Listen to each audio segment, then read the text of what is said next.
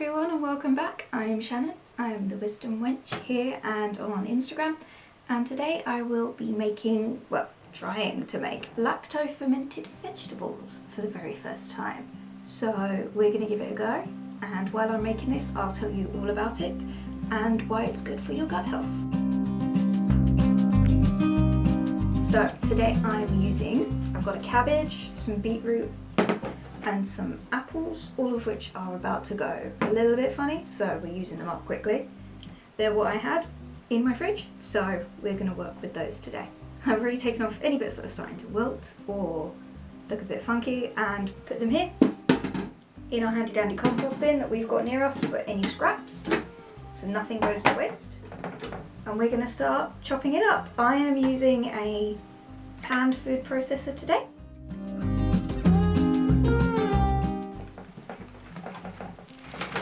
You have more than likely had lacto-fermented vegetables before. If you've ever had kimchi, sauerkraut, yogurt, cheese, or even sourdough bread, you've had something that has been lacto-fermented.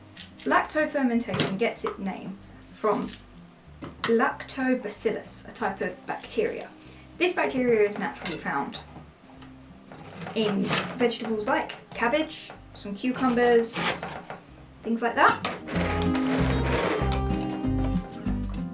Contrary to the name, there is no milk or dairy in this. It is simply vegetables and a fruit with a little bit of salt in some water to make a brine, and that is what preserves it. I love this thing. It brings me so much joy. It works by the lactobacillus bacteria breaking down carbohydrates and sugars into lactic acid, which is what preserves the food. But this diced up shredded cabbage, if I left it like this or started adding the salt and water brine now, that's how you make sauerkraut. Okay, so that is our cabbage completely done. You got quite a lot out of that, I'm very surprised. So next, that cabbage made a mess.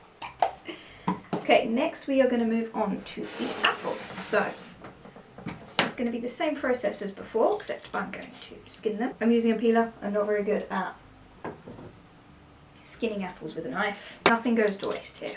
We're trying to be as eco-friendly as possible through all of this process. That's why I'm using what I already had at home and not going out and getting anything else. Food fermentation is something that we have been doing for thousands of years as a way to preserve food. We also have many different forms of fermentation. So alcohol fermentation is how we get things like wine and beer. You can create starters to ensure the safety of your fermented foods and to ensure its flavour. This is mostly done with sourdough starters, something that I really want to try next as well. Fermentation can happen in many forms. It can happen with acids, with molds, with yeasts, with bacteria. For example, tempeh is soybeans that have been fermented with a kind of mould. Everything I'm mentioning is kind of on my list to try and make. There we go, we've got our apples peeled. Now to chop them up and shred them. Put this all in the compost bin. This process is a lot of repeating of steps. Okay, so that, from those 4 apples, is how much shredded apple I got. We're going to add that straight in with our cabbage. That bowl is getting nice and full, so finally it is onto the beetroot. And with this I'm simply going to cut off the tail, skin it and chop it up. Shred it just like before. We're going to remove the skin. This comes off nice and easily with beetroot. So as I mentioned earlier, this food is fermented and preserved through lactic acid. But why? Why do we want that? Why is lactic acid good for us? Look at that purple. So lactic acid is made by your muscles and your red blood cells, and it helps transport oxygen around your body. There are multiple reasons why lactic acid might be good for us, and how fermented foods in general, especially lacto-fermented foods, can be used to aid digestion. So this comes back to lactic acid. Some studies have shown improved nutritional value in the food that you eat, as in our body takes more in. Improved digestion of things like lactose. So why might we want to have more lacto-fermented foods? Well, to help with our overall gut health by improving absorption of nutrients. Some studies have shown help for those suffering with IBS through increased lactic acid. Aha, there we go. That is the last of our beetroot done. We're gonna get rid of all of the excess skins into our little compost bin right here. And then we're simply gonna add the beetroot to all of the other vegetables we've shredded so far. And now we've got a lovely mix and a lot of colour. So I'm gonna weigh this out to see how much of the fruit and vegetable matter that we have. And per kilogram, I'm going to add a tablespoon of salt. There are lots of recipes online for doing this, lots of different amounts that people suggest to use. I'm using what the instructions on my course gave me.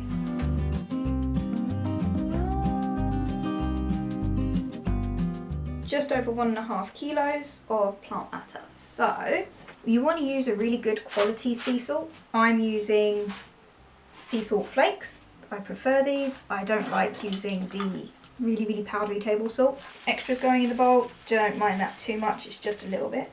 So there's 1.5. Okay, so now we've added our sea salt. We're going to get all of this nice and mixed. So my hands are still covered in beetroot, but I made sure I had nice clean hands before I started any of this. And we're going to mix all of that apple, beetroot and cabbage matter together. Really want that salt mixed in, and it's going to start taking out natural juices very quickly. Again, I think this is my first time doing this. We've got this beautiful purple delicious mixture. It smells fantastic. Okay, so now we're going to get our jar. So this jar, not only has it been washed and cleaned, but it's been fully sterilised as well. So it's completely bacteria free. And we're going to start packing this in our jar. I've used a tool-sided jar because I want to be able to see everything inside of it, and I want to be able to see the levels of brine mixture really easily. Okay, so we've got this really pushed down. I have distilled water here, and what we're going to do, you can already see juice in this forming, is I want to just about cover it, and then I'm going to weigh it all down, but I want to see if it floats first so I know how much I'm dealing with. And that's going to sink down, and I'm just going to do this a little at a time. So we want to make sure this is always submerged below water so that oxygen can't get to it and it can't start to grow mould. So here I've got a ramekin that I have sterilised, and we're just going to pop this in. Hope that it weighs down all of that plant matter. Yes, it does. And none of it, I can see that it's not above this line anywhere along here. Figure out if I need to add a bit more water. I am going to add a touch more salt because I've added more water. And now we just pop the lid on. I'm going to leave it slightly open, just enough so that any gases can escape, but not so much that it's going to come on. And now I'm going to leave this in a cool, dark place for between 3 and 7 days. I've seen a lot of different numbers online, but again, I'm going to go off of the ones that I've been given by my course and go from there. And I'm going to get one more clean and sterilised jar to put the cabbage in. I'm going to have a go at making sauerkraut at the same time. I definitely don't have a kilogram of plant matter there. So what I'm going to do is I'm going to add, see how much volume I'm going to add of water, and then I'm going to tip it out and just add salt to that. So I added a teaspoon. Now I need to weigh that down with something. Okay, so this is covering the absolute top of the jar, so what I'm going to just do is put cling film in it. There we go, we've got my attempt at lacto-fermented vegetables, 2 ways. We've got sauerkraut, and then we have an apple, beetroot and cabbage mix. and we'll go check on them in a few days.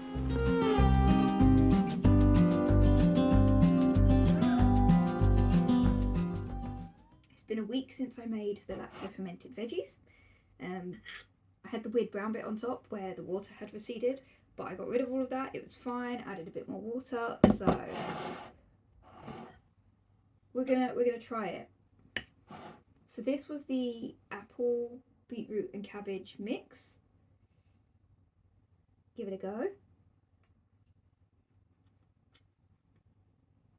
Ooh.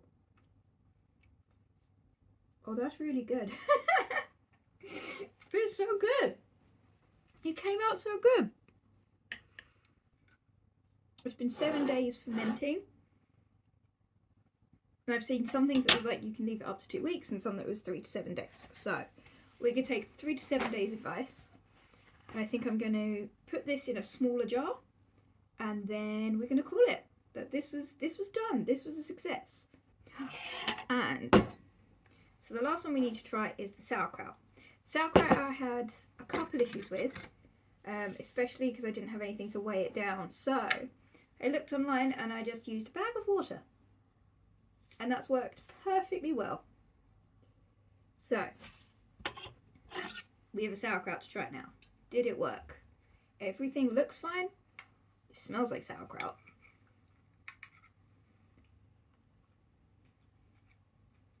And we have sauerkraut.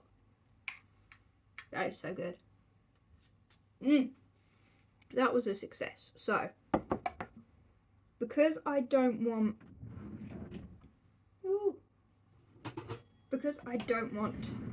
any more fermentation to happen, I'm going to add the airtight ring to this jar, and then it's going straight in the fridge so that it stops at this point and keeps.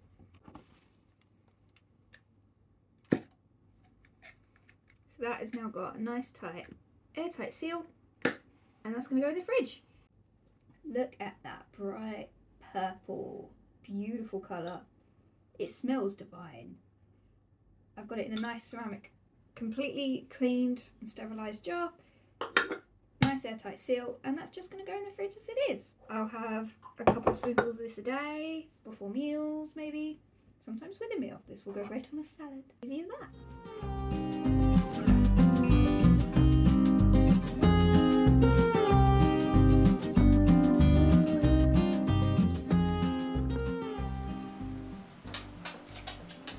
Hi! What you doing?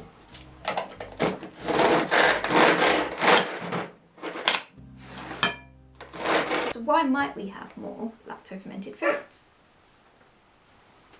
That's not going to end well.